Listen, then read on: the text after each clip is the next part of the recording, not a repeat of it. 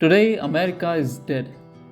Its old map lies strewn with a variety of different warlords, from the far right to the far left to the insane.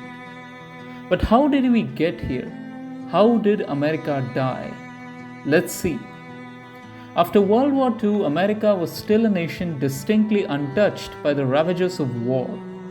While the old world burned, for the average American, World War I and World War II were still distinctly foreign adventures, largely separated by the Atlantic and Pacific Oceans. All that changed with Operation Unthinkable. Although an actual serious Soviet ground invasion of Alaska never really transpired, the new Third World War led to substantial US casualties rivaling that of the old Pacific theater with Japan. As a result of this, when Operation Unthinkable finally ended in defeat by the late 1940s, America was still a war-scarred nation, just like the rest of the world. The average American God-fearing patriot did not care about war or peace or globalism anymore. He cared about only one thing: destroying communism, wherever and however it may exist.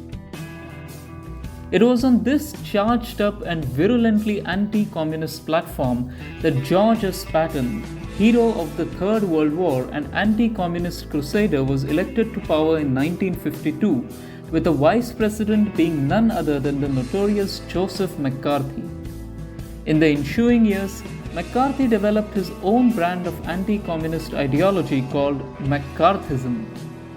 Opponents of the regime often call it an attempt by a democratic government to have fascistic tendencies and policies of authoritarianism against any element of society that seemed even remotely communist. Initially, McCarthy was largely held back by President Patton, but this changed in 1955 when Patton died in office after a sudden stroke, and the former became President of the United States of America.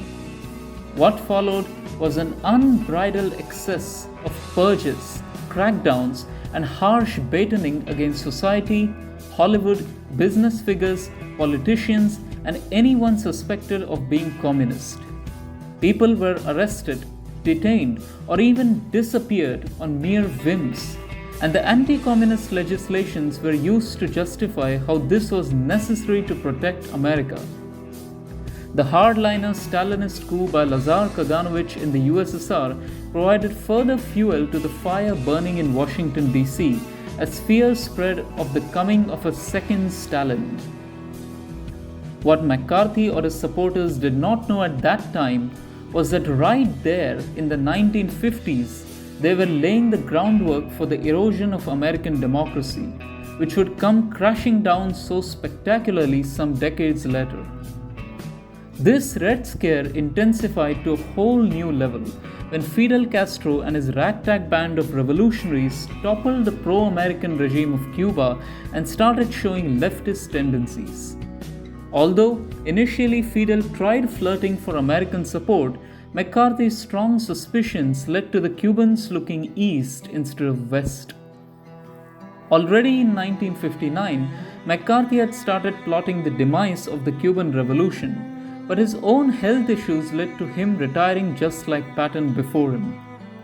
But McCarthyism did not end there.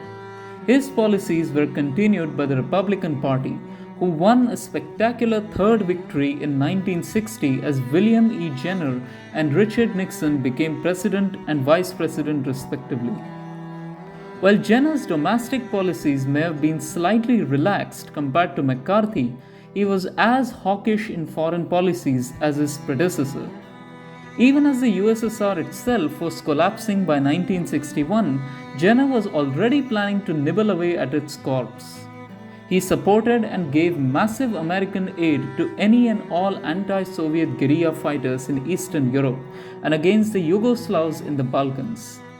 Many of these groups were not democratic but fascistic or ultra-nationalistic in their outlook. When the Russian nation army started its civil war against Ivan Serov's Soviet Union in Siberia, Jenner sent American troops directly, along with aid and armed support, to help crush the rebels. When the first nukes started falling and the entire world attempted to broker peace in order to prevent World War IV, Jenner continued to push for intensified violence and sabotaged peace efforts notably by refusing to speak with Chairman Mao, who was the main backer of the quote-unquote other side. Instead of attempting to stop the flying nukes, Jenner used the opportunity to attack Cuba in the Bay of Pigs invasion. And when the invasion started going awry, he used the cover of the Russian Civil War to drop a tactical nuke in Havana. This obliterated Castro's government and Cuba fell to Jenner.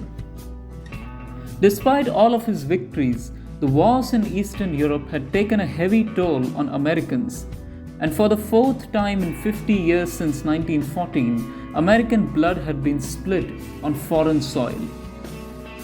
Jenner's isolationism also led to an unofficial fallout between the United States and the Western European countries.